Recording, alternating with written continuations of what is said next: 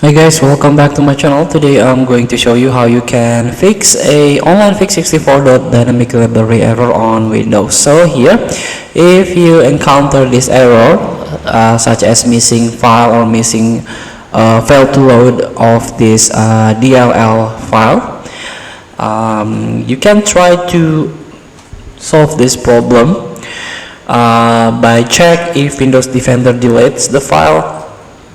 So you can try to open a Windows security here. You can click on your system tray, double click this shield icon, and this is the Windows security or Windows Defender. So you can click protection history option, click filters, and click quarantine item.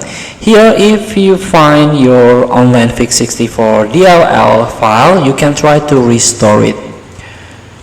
And next, you can try to disable your antivirus.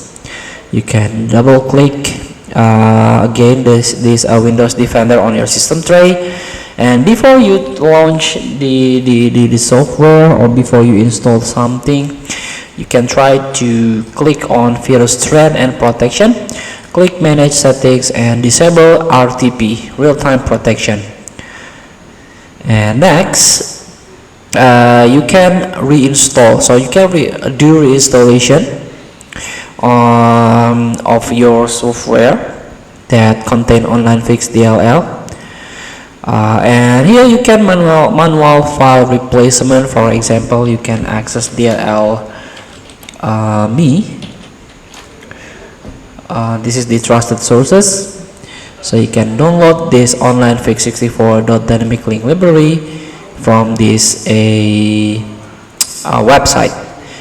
So next, you can run SFC, system file checker. So you can type CMD on search, and this is the command prompt: run as administrator and type SFC space #scan now. So feel free to try. Thank you for watching. Don't forget to comment, like, subscribe, and also the text button below. See you in the next video.